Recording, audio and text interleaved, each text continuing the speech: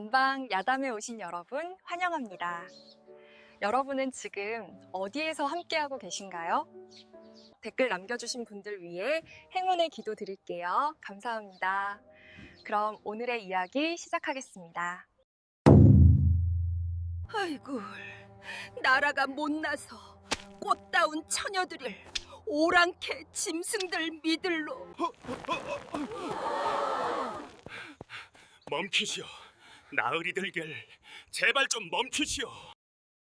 때는 1400년대 중반 조선의 기틀을 세웠던 성군 세종의 치세와 수양대군의 서슬퍼런 위세가 교차하던 시절이었습니다. 나라의 기틀은 잡혀갔으나 여전히 명나라의 거센 압박 앞에 구군은 바람 앞에 등불 같았지요. 해마다 명나라 황제가 요구하는 공녀의 숫자를 채우기 위해 이 땅의 꽃다운 딸 자식들이 재물처럼 끌려가야 했던 비극의 시대였습니다. 이곳은 명나라로 향하는 마지막 관문인 의주 고갯길. 힘없는 처녀들이 먼지 자욱한 길 위로 눈물의 행렬을 이어가고 있었습니다. 그 행렬 맨 끝에 기운이 다한 여종 분이가 버티지 못하고 쓰러집니다. 포졸 매정하게 호령합니다. 어허, 인연이 어디서 꾀병이냐. 명나라 황제 폐하께 갈 몸들이 귀한 줄 모르고 채찍 소리가 허공을 가르지만 분이는 손가락 하나 까딱할 힘이 없습니다. 구경하던 백성들은 그저 안타까움에 고개를 돌릴 뿐이었지요. 그때였습니다. 세상이 다 외면한 그 절망의 순간, 저 멀리서 흙먼지를 일으키며 누군가 미친 듯이 달려오기 시작합니다. 손에는 때 묻은 주머니 하나를 소중하게 꽉 쥐고 말입니다. 멈추시오. 나으리들, 제발 좀 멈추어 주시오. 흙먼지를 일으키며 달려온 사내는 다름 아닌 이 마을의 머슴, 돌쇠였습니다. 힘은 장사지만 마음이 너무 착해 남들에게 속기만 한다고 해서 마을 사람들이 바보 돌쇠라 부르는 사내였지요. 숨을 헐떡이며 포졸 앞을 막아선 그의 몰골은 말이 아니었습니다. 집시는 다 떨어져 발가락이 삐져나왔고 얼굴은 땀과 흙으로 범벅이 되어 있었지요. 매정하게 채찍을 고쳐 잡던 포졸이 콧방귀를 낍니다. 아니, 이 바보놈이 미쳤나? 여기가 어디라고 앞길을 막아. 되지기 싫으면 어서 비키지 못할까? 포졸의 위협에도 돌쇠는 물러서지 않았습니다.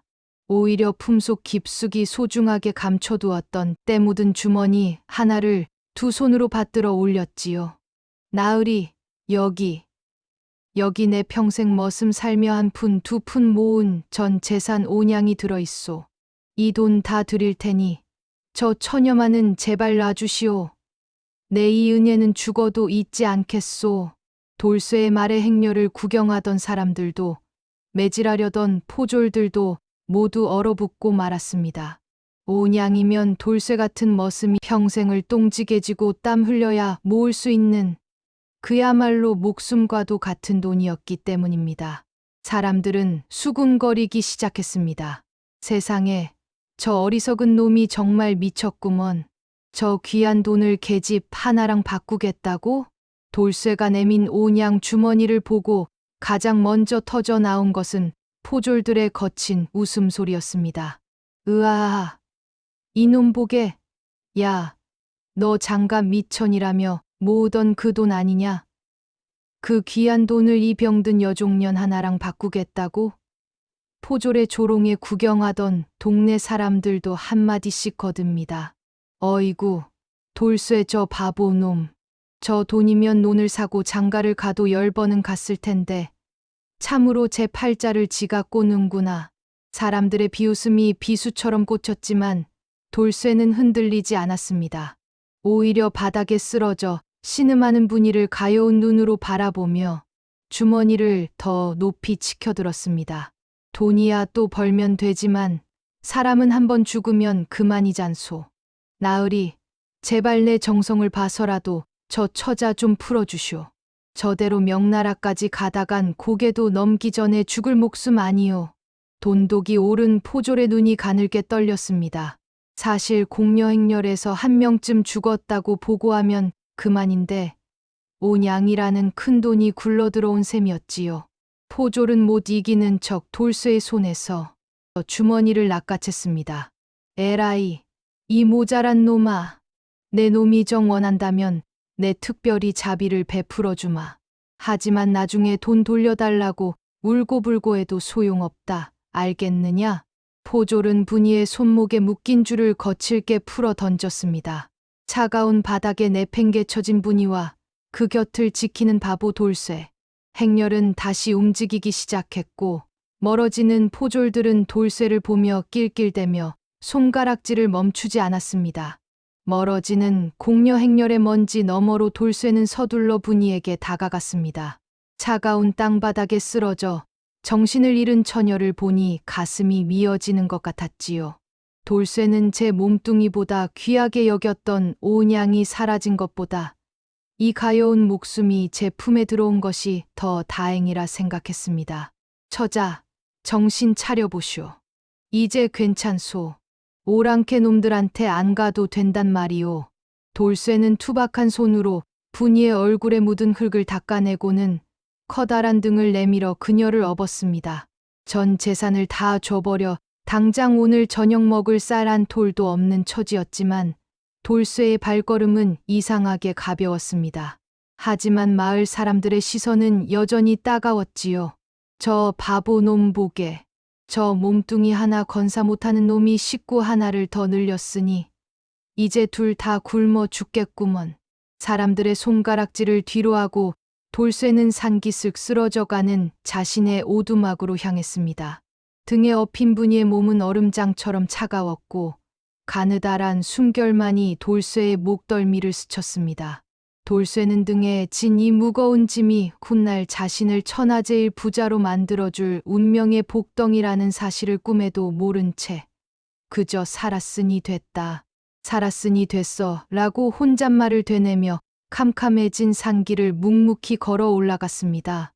마침내 눈을 뜬 분이가 곁을 지키던 돌쇠를 향해 힘겹게 몸을 일으켰습니다. 그러고는 바닥에 머리를 조아리며 가느다란 목소리로 말했지요. 나으리, 어찌 저 같은 여종에게 그런 큰 돈을 쓰셨습니까? 그 온양이면 나으리 평생의 팔자가 바뀌었을 텐데요. 그 소리에 돌쇠는 깜짝 놀라 엉덩방아를 찧을 뻔했습니다.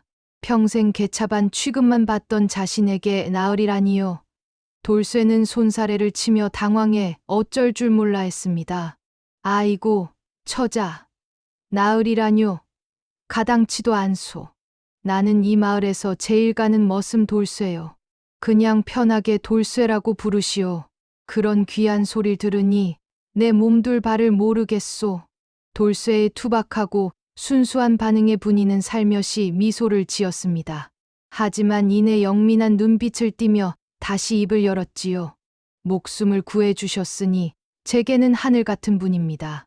정 그러시다면 오라버니라 불러도 되겠습니까? 돌쇠는 얼굴이 홍당무가 되어 허허 웃으며 대답했습니다.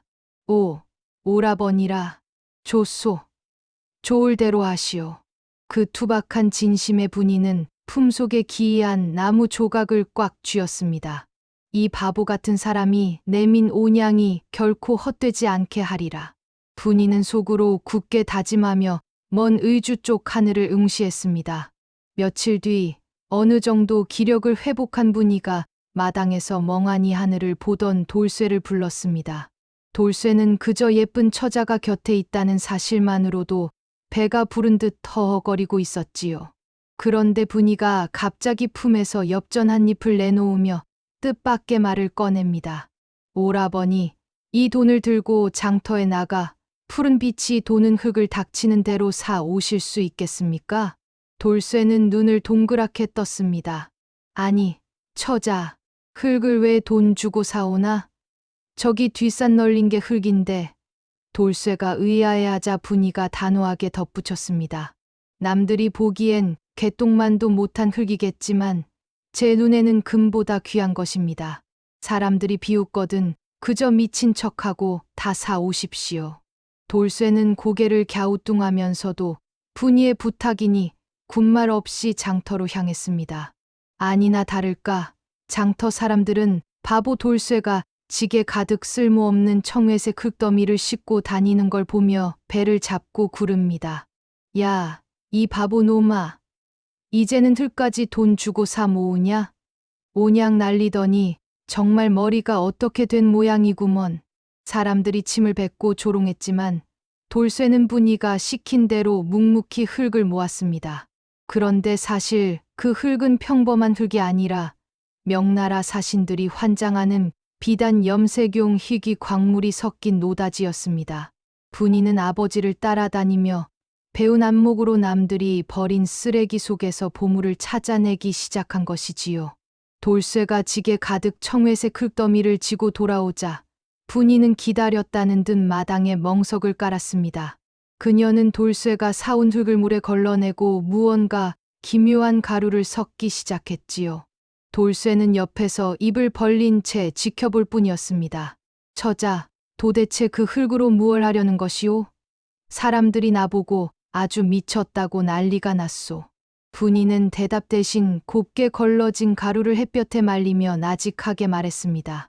오라버니, 이 가루를 들고 내일 다시 장터에 나가 명나라 상인들이 묵고 있는 객주집 앞으로 가십시오.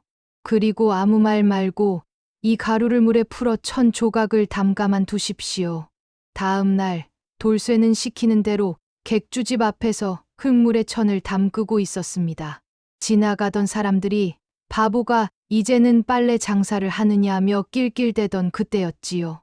명나라 비단 상인 하나가 지나가다 돌쇠의 천을 보고는 눈등이 튀어나올 듯 놀라 달려왔습니다. 이것은 명나라 황실에서도 구하기 힘든 천청색 염료가 아니냐. 상인은 돌쇠의 멱살을 잡다시피 하며 매달렸습니다. 이보게, 이 가루를 어디서 구했나? 제발 나한테 파시게. 내가 부르는 대로 값을 쳐주겠네. 돌쇠는 영문도 모른 채 상인이 내민 주머니를 받아들었습니다. 집에 돌아와 열어보니 거기엔 엽전 몇 푼이 아니라 번쩍이는 은전이 들어있었습니다. 돌쇠의 눈이 휘둥그레졌고 마을 사람들의 웃음소리는 쏙 들어갔지요. 5냥을 버렸다던 바보의 손에 50냥은 좋게 넘는 은전이 쥐어진 것입니다. 돌쇠의 손에 은전 보따리가 들려있다는 소문은 발 없는 말이 되어 순식간에 온 마을에 퍼졌습니다. 어제까지만 해도 전 재산 5냥을 버린 바보라며 돌을 던지던 사람들이 이제는 돌쇠의 오두막 앞으로 구름처럼 몰려들었지요. 아이고, 돌쇠. 아니, 돌쇠 나으리. 어찌 그런 귀한 재주를 숨기고 사셨소?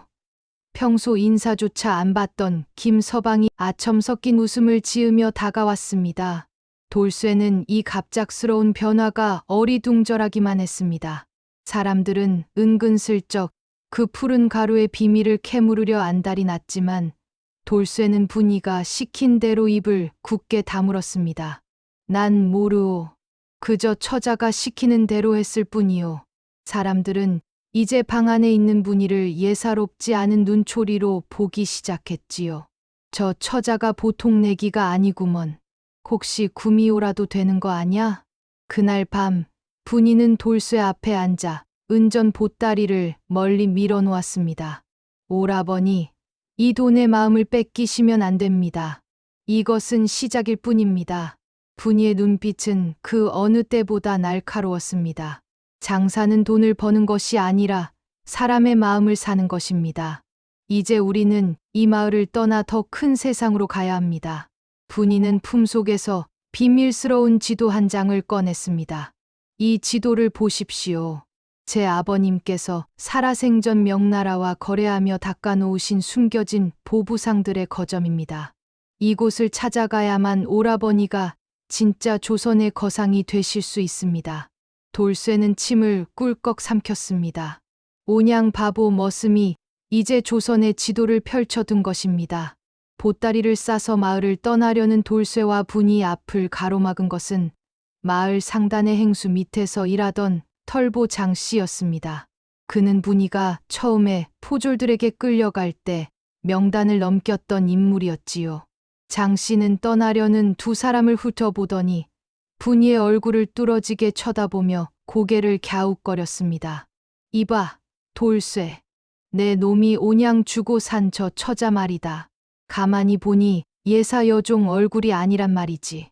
내가 한양상단에 있을 때 영모로 몰려 풍비박산난 판서댁 아가씨 초상화를 본 적이 있는데 어째 그 얼굴이랑 판박이란 말이야. 장 씨의 말에 분이의 안색이 순간 창백해졌습니다. 돌쇠는 본능적으로 분이 앞을 가로막으며 덩치를 세웠습니다. 무슨 헛소리요. 그냥 불쌍한 여종일 뿐이니 길이나 비키시오. 돌쇠의 기세에 장 씨는 주춤하며 물러섰지만 비열한 미소를 지으며 중얼거렸습니다. 그래, 뭐 공녀로 가다가 도망친 년이라고 관가에 찌르면 포상금이 온양보다는 많겠지.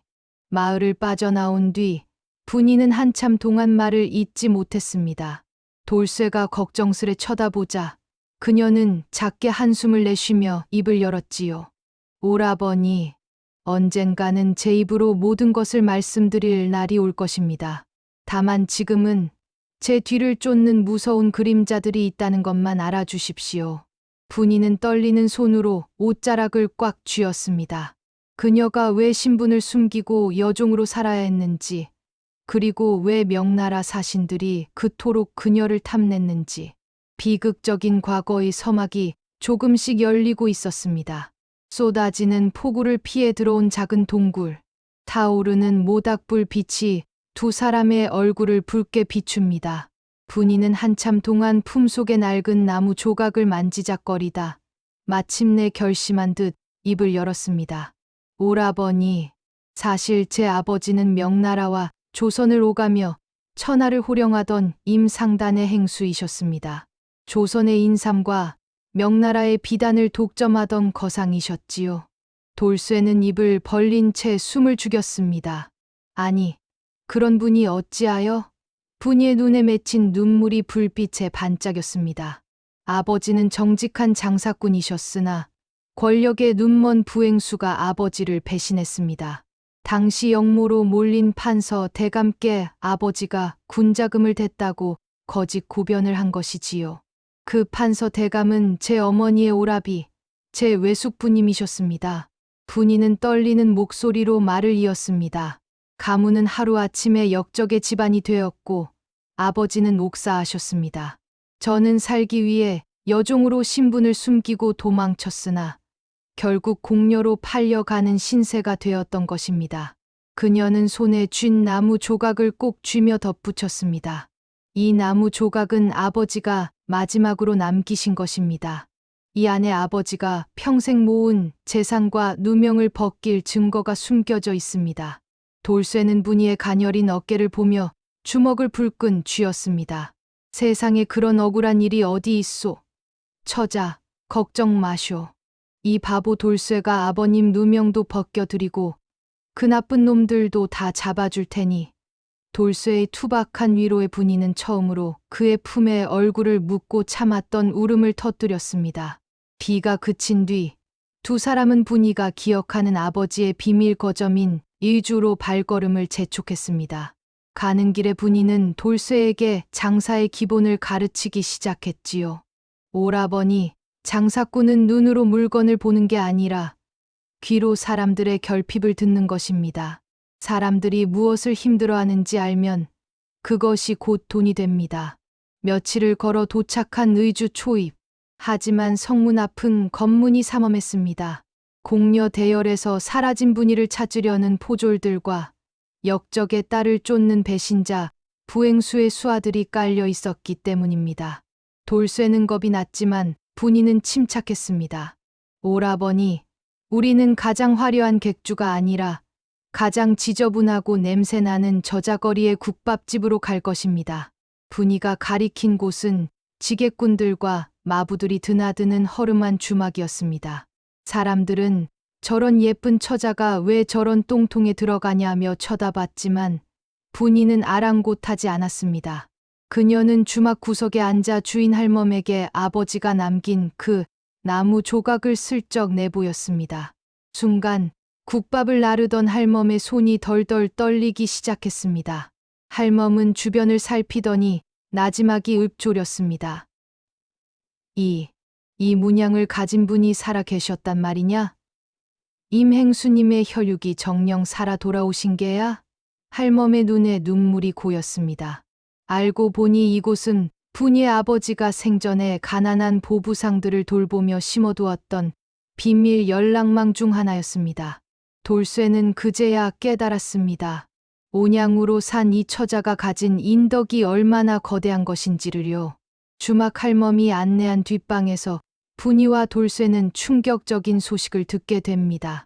아버지를 배신했던 부행수 최판술이 이제는 의주의 상권을 통째로 쥐고 흔드는 거상이 되어 있다는 것이었지요. 그는 분이 아버지의 재산을 가로챈 것도 모자라 관아와 결탁해 공녀 차출 명단까지 주물럭거리고 있었습니다. 그놈은 이제 최대감 소리를 들으며 떵떵거리고 산다오. 행수님의 딸 자식까지 공녀로 보낸 것도 혹시 모를 후환을 없애려 한 짓이지. 할멈의 말에 돌쇠는 주먹으로 탁자를 내리쳤습니다. 세상에 그런 천인공노할 놈이 있나? 당장 가서 요절을 내야겠소. 하지만 분이는 돌쇠의 팔을 잡으며 차갑게 가라앉은 눈으로 말했습니다. 아닙니다.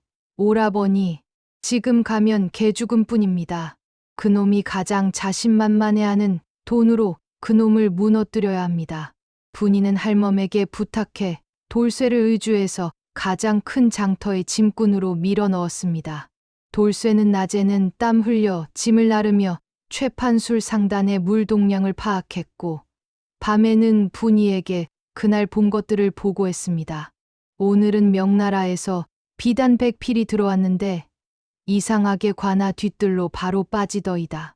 돌쇠의 말에 분이의 눈이 번뜩였습니다. 밀무역이군요.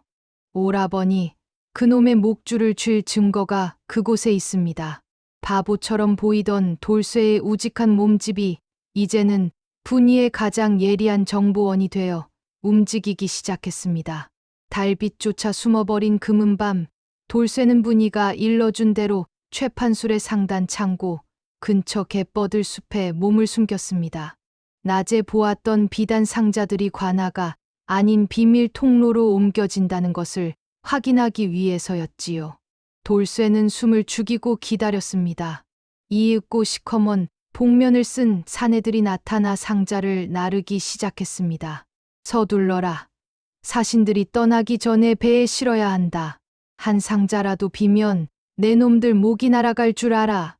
낯익은 목소리였습니다. 바로 비열한 털보 장씨였지요. 그는 이제 최판술의 충견이 되어 밀무역을 진두지휘하고 있었습니다. 돌쇠는 가슴이 뛰었지만 분이의 당부를 떠올렸습니다. 절대 나서지 마시고 그들이 주고받는 표식만 확인해 오십시오. 상자들이 배에 실리려는 찰나 장씨가 품에서 붉은 비단 주머니를 꺼내 명나라 상인에게 건넸습니다. 상인은 그것을 확인하더니 만족스러운 듯 고개를 끄덕였지요. 돌쇠는 그 주머니에 새겨진 문양을 똑똑히 보았습니다. 그것은 바로 분이의 아버지가 쓰던 가문의 문양이었으나 교묘하게 덧칠해진 최판술 상단의 인장이었습니다. 돌쇠는 소리 없이 자리를 뜨려 했으나 그만 발밑에 마른 나뭇가지를 밟고 말았습니다. 뽀드득 정막을 깨는 소리에 장씨의 고개가 획 돌아갔습니다. 누구냐? 거기 어떤 놈이냐? 횃불을 든 사내들이 숲을 뒤지기 시작했고 돌쇠는 분이에게 이 사실을 알리기 위해 어둠 속을 미친 듯이 달리기 시작했습니다. 가까스로 추격자들을 따돌리고 주막 뒷방으로 돌아온 돌쇠는 땀을 비 오듯 흘리며 자신이 본 것을 털어놓았습니다. 처자, 그놈들이 아버님 문양 위에 제 놈들 도장을 찍어 밀무역을 하고 있더이다. 털보 장씨 그놈도 거기 있었소. 돌쇠의 말을 들은 분이의 눈에 서늘한 광채가 서렸습니다. 드디어 제 발로 덫에 들어왔군요. 아버님의 문양을 그대로 쓴 것이 그놈의 가장 큰 실수가 될 것입니다. 분이는 곧바로 할멈을 통해 의주 장터에 기묘한 소문을 퍼뜨리기 시작했습니다. 죽은 임행수의 홀령이 나타나 자기 물건을 훔친 도둑놈들의 장부를 불태우고 있다더라. 라는 흉흉한 괴담이었지요. 동시에 분이는 돌쇠에게 명나라 사신들이 묵는 객주 앞에 푸른 가루로 물들인 천을 다시 내걸게 했습니다. 그들이 탐내는 염료를 미끼로 던지면 최판술은 그 천의 출처를 찾기 위해 혈안이 될 것입니다. 아니나 다를까 밀무역에 차질이 생길까 전전긍긍하던 최판술은 푸른 천의 주인을 잡아오라며 장씨를 독촉했습니다. 장씨는 그것이 바보 돌쇠의 짓인 줄도 모르고 미끼를 덥석 물었습니다. 분이는 돌쇠에게 속삭였습니다.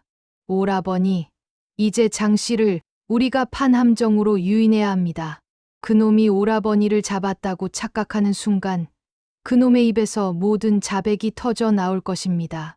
이제 두 사람은 단순히 도망치는 신세가 아니라 거대한 거미줄을 치고 먹잇감을 기다리는 사냥꾼이 되어 있었습니다.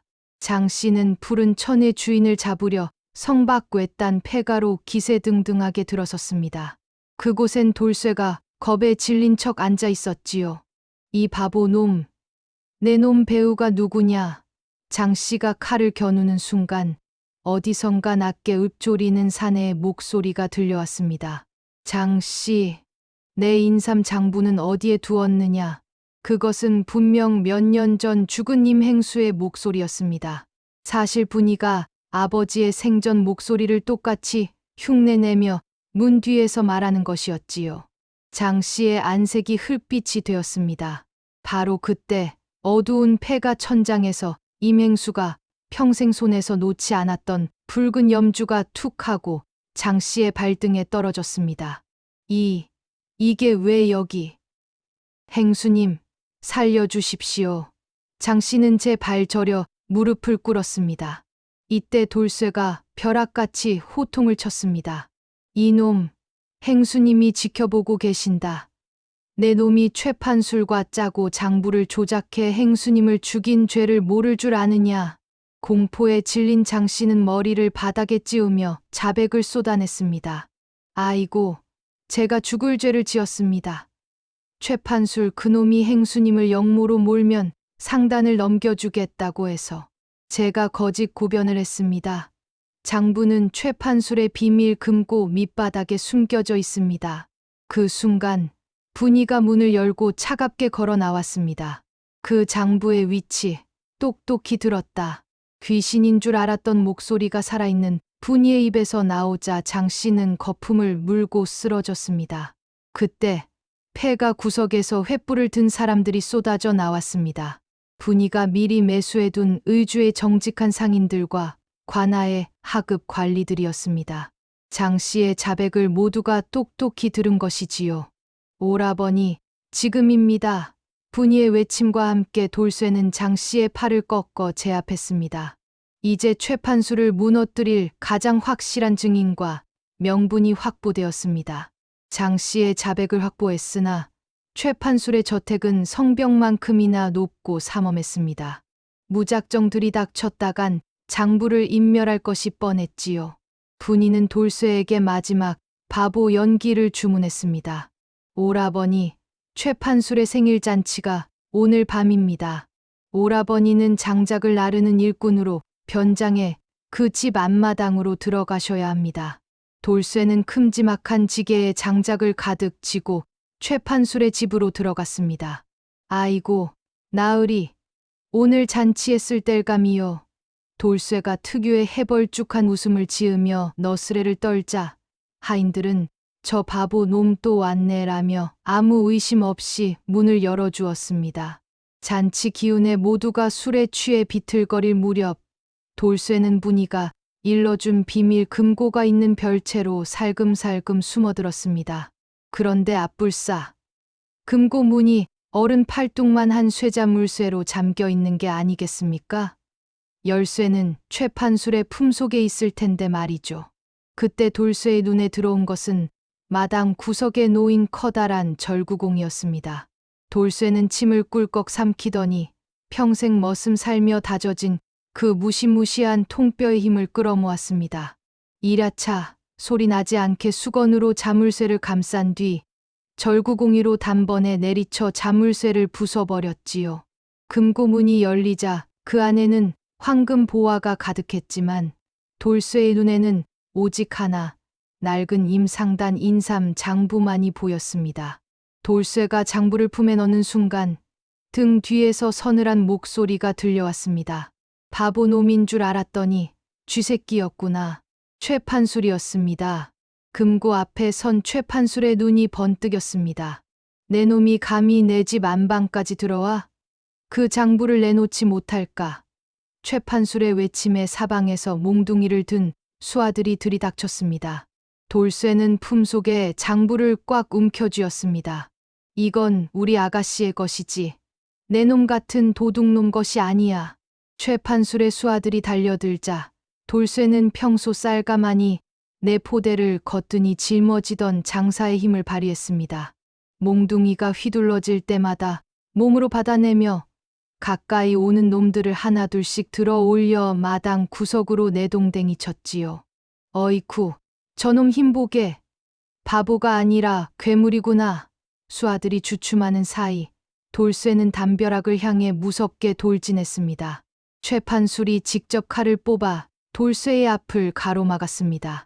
하지만 돌쇠는 물러서지 않고 머리로 최판술의 배를 들이받아 버렸습니다. 으악! 최판술이 비명을 지르며 나뒹구는 틈을 타 돌쇠는 높은 담장을 훌쩍 뛰어넘었습니다. 뒤에서 잡아라. 저놈을 죽여서라도 장부를 뺏어라. 라는 최판술의 고함이 들려왔지만 돌쇠는 피가 흐르는 팔을 감싸 쥔 채 약속 장소인 주막으로 달렸습니다.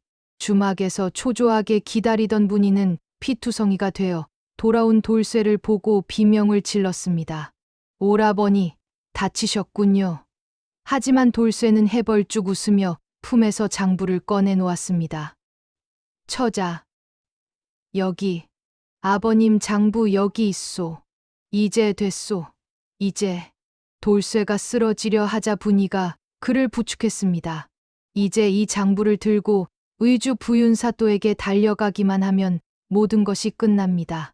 동이 트기 전 의주 관아 마당에 우렁찬 신문고 소리가 울려 퍼졌습니다. 둥, 둥, 둥. 밤새 피 흘린 팔을 동여맨 돌쇠가 전력을 다해 북을 쳤고 그 곁에는 기품 있는 눈빛을 되찾은 분이가 당당히 서 있었습니다.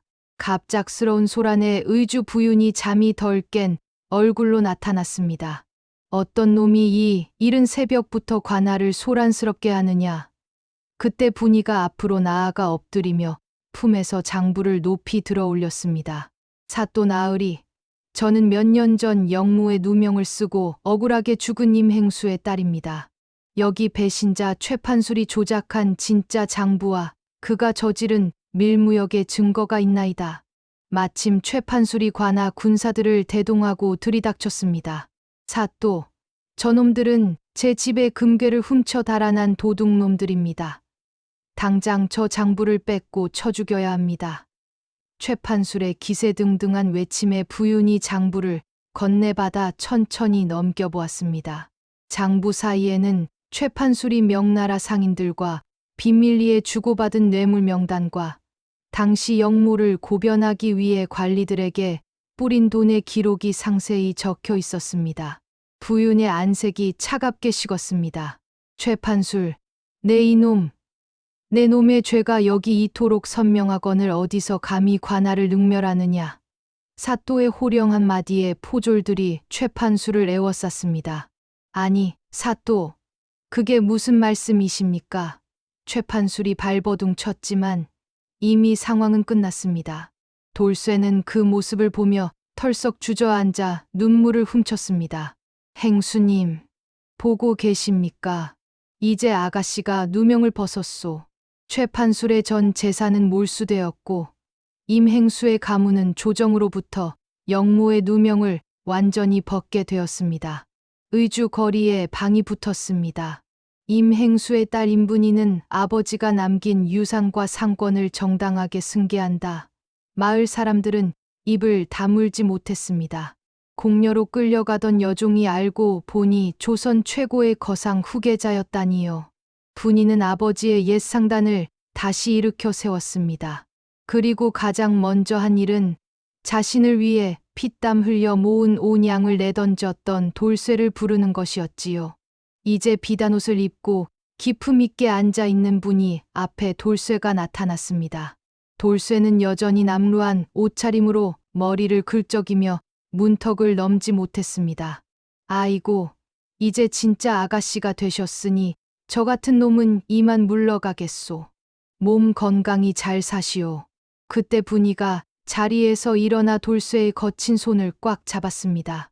오라버니, 어딜 가신다는 말씀입니까? 오라버니가 없었다면 저도 아버님의 장부도 세상 빛을 보지 못했을 것입니다. 분이는 하인들을 시켜 비단 보따리를 가져오게 했습니다. 그 안에는 돌쇠가 장터에서 무시당하며 지고 다녔던 지게 대신 상단의 대행수임을 상징하는 옥패와 화려한 관복이 들어 있었습니다. 이제 돌쇠 오라버니는 제 상단의 대행수이십니다. 저와 함께 조선과 명나라를 누비며 진짜 큰 장사를 해보지 않겠습니까? 돌쇠는 눈이 휘둥그레졌습니다. 나 같은 바보가 대행수라니요? 가당치도 않소. 하지만 분이는 환하게 웃으며 대답했습니다. 오라버니처럼 사람 귀한 줄 아는 분이야말로 천하 제일의 거상이 될 자격이 있습니다. 수년의 시간이 흐른 뒤 의주 앞바다는 명나라와 조선을 오가는 상선들로 가득 찼습니다. 그 중에서도 가장 거대한 돛을 올린 배의 중심에는 이제는 늠름한 위용을 자랑하는 대행수 돌쇠와 단아하면서도 강단 있는 여주인 분이가 서 있었습니다. 사람들은 이제 돌쇠를 바보라 부르지 않습니다. 대신 온양의 거상이라 부르며 존경의 눈길을 보냅니다. 돌쇠는 분이에게 배운 장사 수완에 본래의 우직함을 더해 굶주린 백성들에게는 곡식을 나누고 정직한 상인들에게는 기회를 주는 덕망 높은 상인이 되어 있었지요. 배가 출항하기 전 돌쇠는 품속에서 소중히 간직해온 낡은 주머니 하나를 꺼내 보았습니다. 그 안에는 분이가 보답으로 채워준 황금이 가득했지만 돌쇠는 그 옆에 작은 엽전 5잎을 나란히 놓았습니다. 처자, 아니 대행수님, 내 평생 가장 잘한 장사가 무엇인지 아시오? 바로 그날 내 전 재산 5냥을 던져 처자를 산 것이오. 분이는 돌쇠의 어깨에 기대어 멀리 수평선을 바라보며 미소 지었습니다. 아닙니다. 오라버니가 산 것은 제 목숨이 아니라 사람의 진심을 믿는 세상의 마음이었습니다. 그 5냥이 아니었다면 우리는 오늘 이 바다를 보지 못했을 것입니다. 두 사람의 배가 푸른 바다를 가르며 힘차게 나아갑니다. 바보 돌쇠와 현명한 여인분이의 이야기는 입에서 입으로 전해져 돈보다 귀한 것이 사람이라는 진리를 세상에 남기는 전설이 되었습니다. 세상은 늘 영악하게 제 입속을 차리는 자들이 승리하는 것 같지요. 하지만 여러분, 기억하십시오. 남들이 바보라 해도 묵묵히 제 갈 길을 가고 남의 아픔을 참아 지나치지 못해 무거운 짐을 대신 지고 가는 사람. 결국 하늘은 그런 사람을 눈여겨보았다가 큰 복을 내리는 법입니다. 구독과 좋아요는 큰 힘이 됩니다. 오늘 하루도 행복하세요. 감사합니다.